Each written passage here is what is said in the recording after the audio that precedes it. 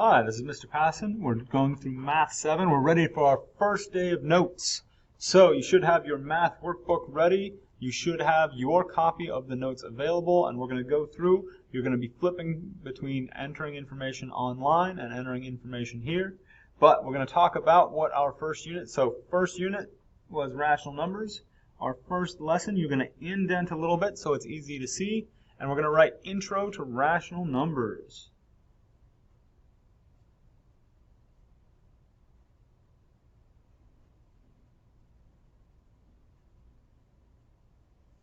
Okay, it's going to be Unit 1, Lesson 1. So in page, you're going to put 1-1. All right? Now we're going to flip over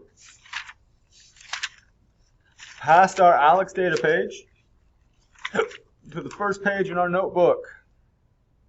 So it's going to be Intro to Rational Numbers.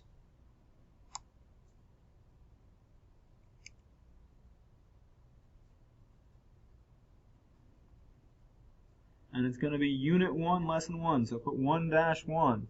Again, we can put the date in the upper left-hand corner. We're not going to worry about that right now because I'm not sure actually when you're going to be watching this one. Now, as we take notes, we're going to be filling out stuff here, but we're going to be doing all of our work in our notebook. Now, to help keep us organized, I'm going to take this page and fold it in half. So when I do a problem, I'm going to try to work a problem on the left, and then I'll be able to work a problem on the right. All right? So now let's go over to our electronic notes and go ahead and fill out our name. So you, of course, are going to put in your name. Occasionally, you are going to turn in these notes, so don't forget to take them. Don't forget to fill them in. Follow along. All right. And again, we're talking about rational numbers. Now, when we talk about rational numbers, well, those aren't the only types of numbers. And we have 4 different groups of numbers here. The whole numbers, the natural numbers, the integers, and the rational numbers. And the number system classifies numbers based on their type and characteristic.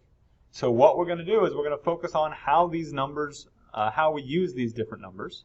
And the ones that we're going to focus on the most are the whole, the integer, and the rational. So the whole numbers are the set of all positive numbers starting with 0. Okay? So we can think 0, 1, 2, dot, and we can go all the way up to like really high numbers and beyond.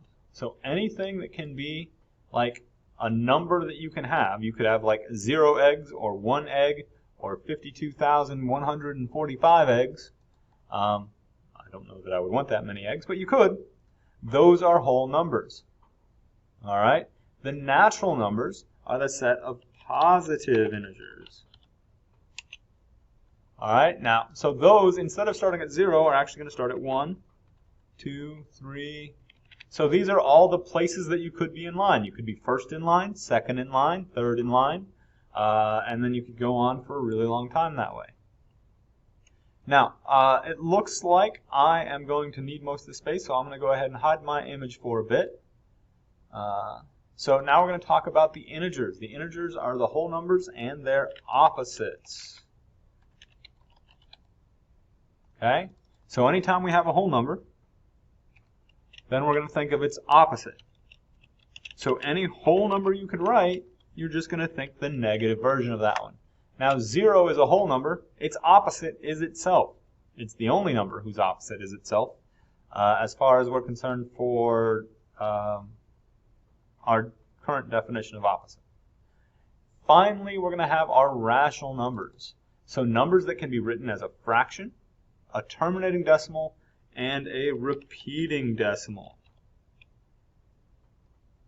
All right, so every number that can be written as a fraction will either terminate as a decimal or repeat as a decimal.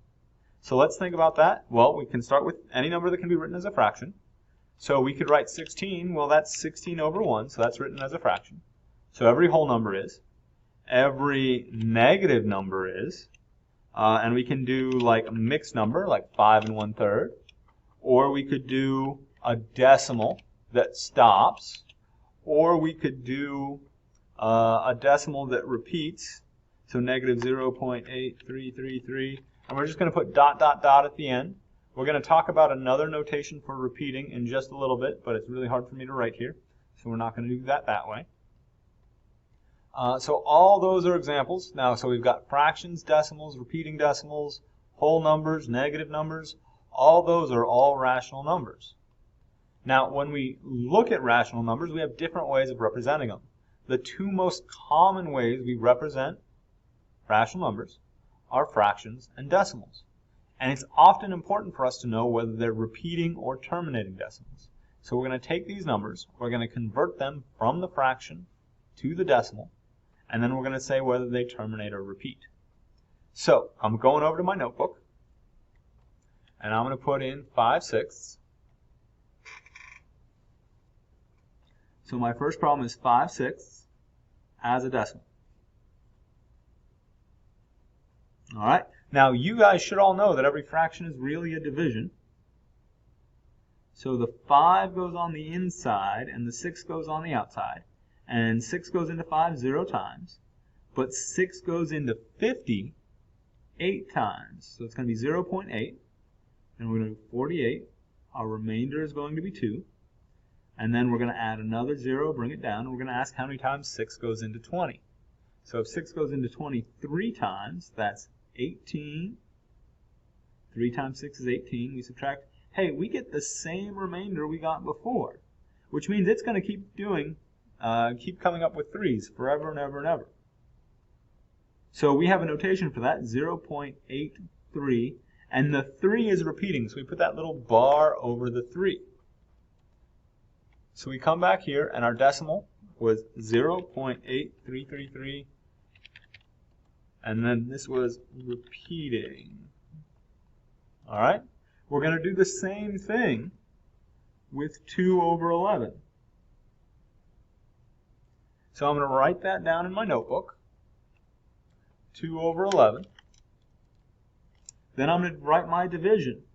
Remember, the top number always goes inside, and the other number, the bottom number, goes on the outside. 11 goes into 2 0 times. But then we're going to ask how many times 11 goes into 20, and that goes in 1 time. 1 times 11 is 11. We subtract, we get 9. And we ask how many times does 11 go into 90? Well, 11 goes into 90 8 times, and that's 88. Then we get 2 again. So we're asking how many times 11 goes into 20? Well, that's 1 time. And then, oh, look, we get the same pattern where we're getting the same remainders over and over again. So it's going to go 1, 8, 1, 8, and it's going to keep repeating that same way. So we're going to put in 0.1818, dot, dot, dot, and that is repeating. The last one, we could do division the same way, and we can always divide fractions to get the decimal form. That always works, but sometimes you can take a shortcut. Remember that the decimal system is based on powers of 10, so if we can get 17 over 20 to an equivalent fraction with a power of 10 on bottom, and I know that there's an easy way to get from 20 to 100 by multiplying by 5, that means that I have 85 over 100, which is 0.85.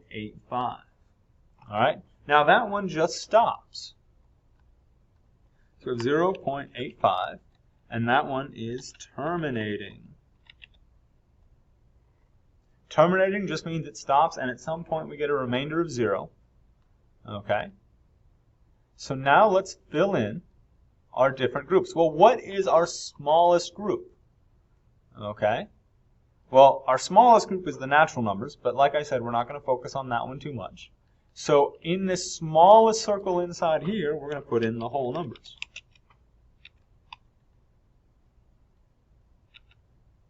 Oh, numbers. Then what group is bigger than the whole numbers? Well, the integers are a little bit bigger than the whole numbers because it's got the whole numbers and their opposites. Then we've got the rationals. So that includes not only the whole numbers and the integers, but it includes all those fractions as well and all those decimals. So now let's read our thought question over here. And I'm going to give you a minute to think about it. So after we read the question, I'm going to ask you to pause. Write in your answer. All right, is it possible for a number to be both a whole number and an integer? Why or why not? So go ahead and pause the video here, put in your answer.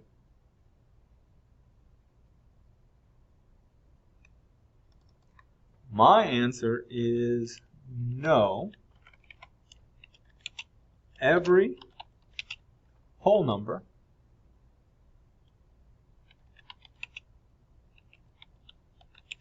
is an integer. So notice that every number that's in this box is also in this bigger box. So every whole number is already an integer. Okay? So now we're going to talk about how we add and subtract fractions and add and subtract decimal numbers. This should be a review, but if it's not, just go ahead and try to follow along. There will be links to some other resources if this is challenging for you, but mostly what you're going to need to do is practice. So when adding or subtracting fractions, we need to find a common denominator. All right? Then we're going to rename all the fractions, add the numerators, and keep the denominators the same. So again, I'm going to write down this problem. We've got 7/8 plus 1.5. All right? So let me pull that up so you can see. 7/8 plus 1.5. So first we need a common denominator. Well, it'd be nice if they were both written as fractions. So I'm going to write this as 7/8 plus 3/2. Well, now I can try to find my common denominator. I need a multiple of an 8. That's also a multiple of 2. That is just the number 8. So I need to multiply this one by 4 on top and 4 on bottom. Okay?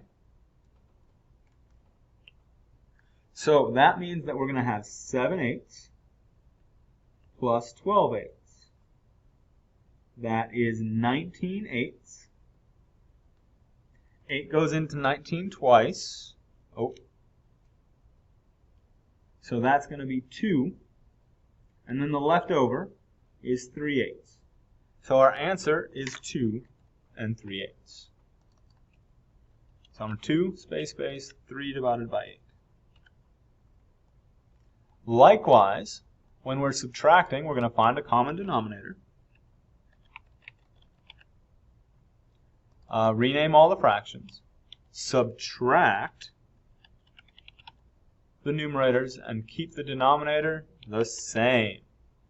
Alright, so we've got 2 3/4. Now I've run out of space in my right or in my left column, so I'm going to go over to my right column. So I'm going to have 2 3/4 minus 2/3.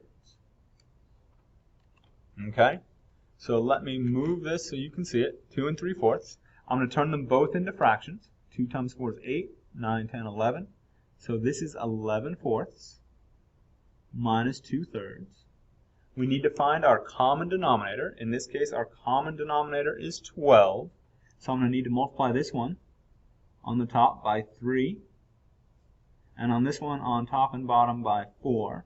So we're going to have 33/12 minus 8/12. That's going to equal 25/12. Now, 12 goes into 25 2 times with 1 left over. So that's 2 1/12. All right?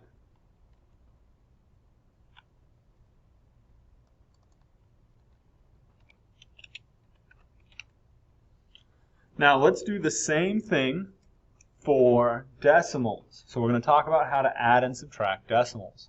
So we rewrite the problem vertically. We line up the decimals and fill in the placeholders. And then we add like place values. So I'm going to write 268.97, so 97 hundredths. And then 38.659, so 659 thousandths. and I'm adding these up. So let's go ahead and flip over to the camera so you can see that one. Let me move that down. So notice there's no place here, so we're going to put a 0 there. We've got 0 plus 9 is 9. 7 plus 5 is 12. Carry the 1.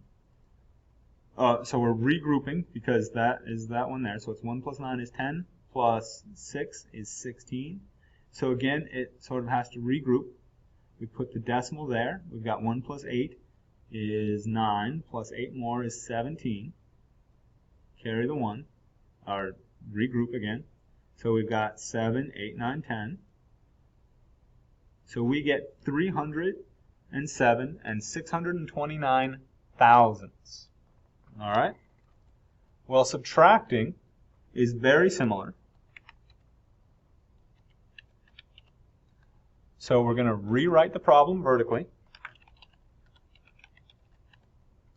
We're going to line up the decimals and fill in placeholders. And then we're going to subtract the values. So again, I'm going to write the problem down here. 870.45, so 870 and 45 hundredths. And then we've got 96 and 38 hundredths.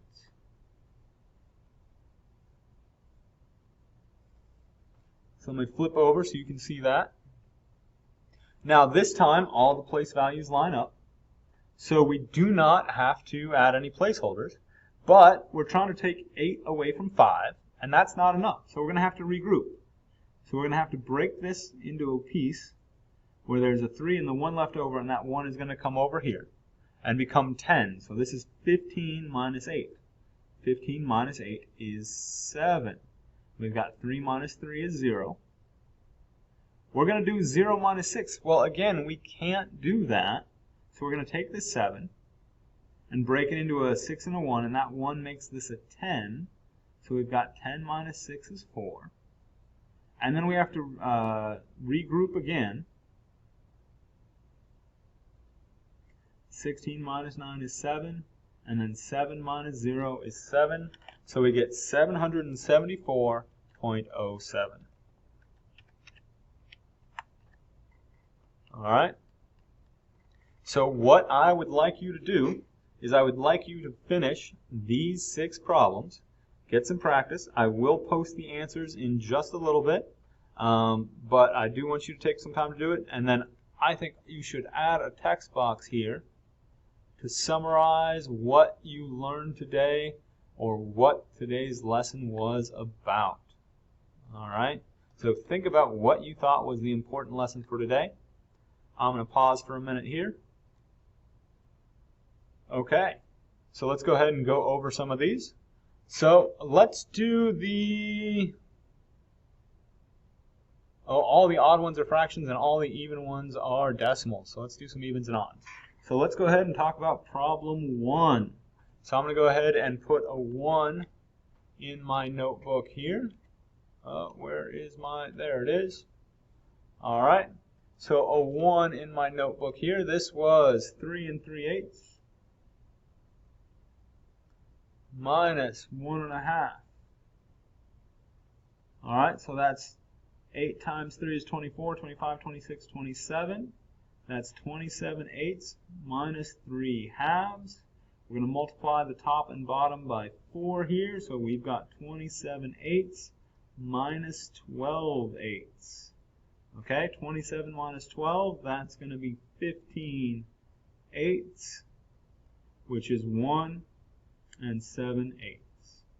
Let's go ahead and go on to problem 2. Problem 2 is our decimal. It's 168 and 45 hundredths. And we are adding 67.3. So 67 and 3/10. We line up the decimals. We line up the place values. Oh, I kept all that out of screen. Oh well. Alright, so now we're adding this up, and we've lined up everything. So we've got 5 plus 0 is 5, 4 plus 3 is 7, 15, carry the 1, that's 13.